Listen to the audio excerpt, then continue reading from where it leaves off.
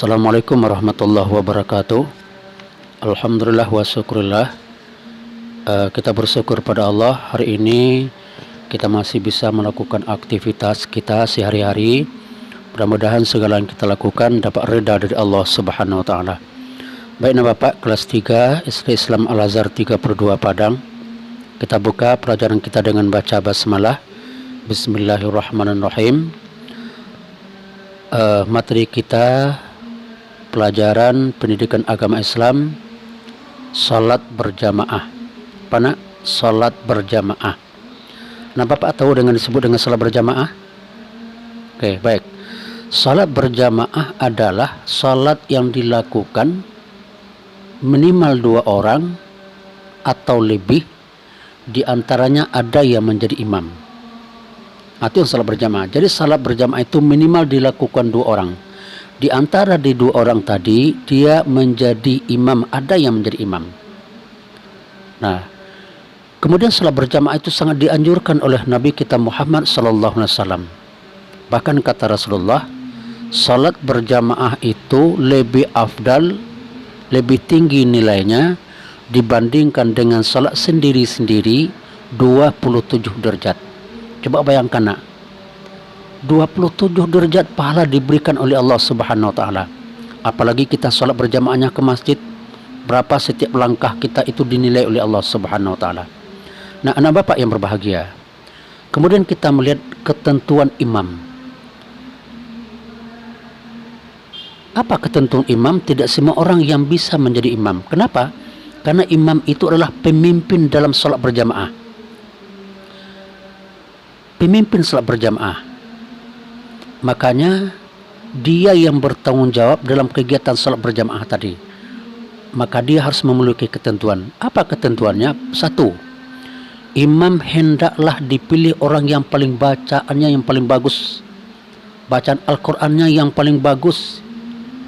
Ilmu pengetahuan agamanya yang paling banyak, itu yang kita pilih. Bacaan yang paling bagus.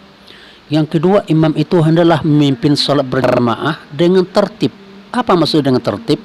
Tidak terlalu cepat dan juga tidak terlalu lama.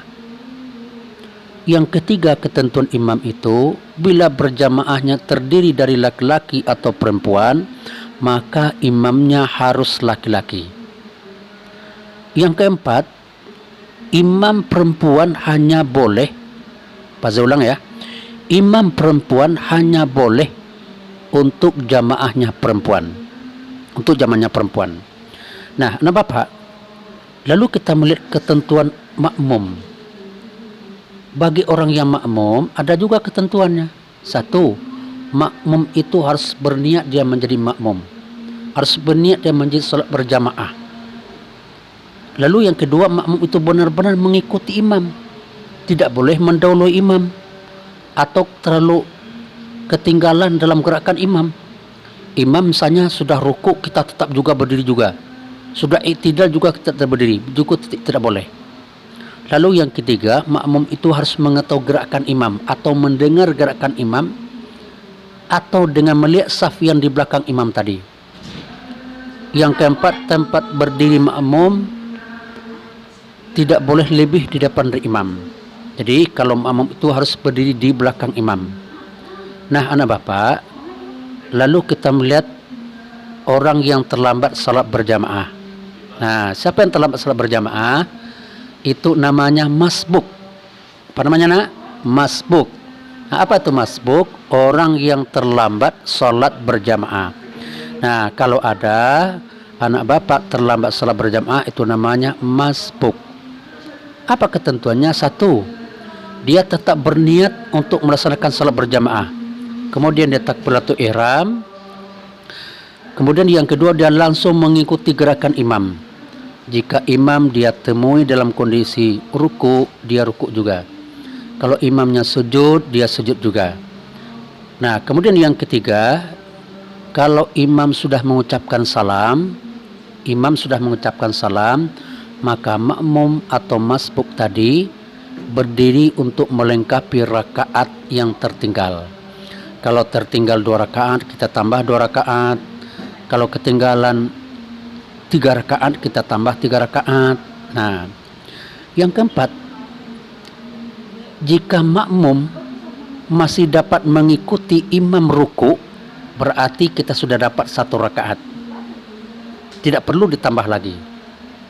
Tapi kalau imam kita datang, masbuk datang, lalu imam tadi sudah sujud atau iktidal, dia bangkit dari ruku, maka dia tidak mendapatkan 1 rakaat. Berarti dia tambah nanti berapa kurangnya.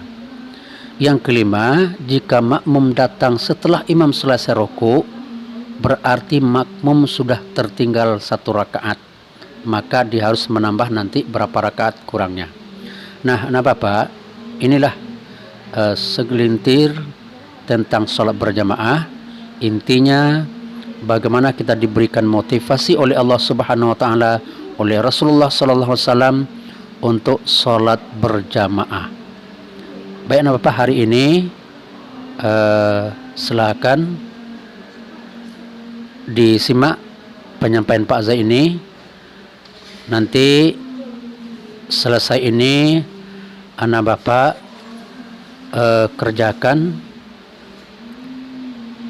dalam buku halaman 31, tamrin yang ketiganya. Tamrin yang ketiga, 1 sampai nomor 5. Pak Zai ulangi lagi ya. Sebelum Pak Zai tutup, silakan anak Bapak kerjakan dalam buku pendidikan agama halaman 31, tamrin ketiga. Baik, kita tutup pelajaran kita dengan baca hamdalah. Alhamdulillahirabbil alamin. Assalamualaikum warahmatullahi wabarakatuh.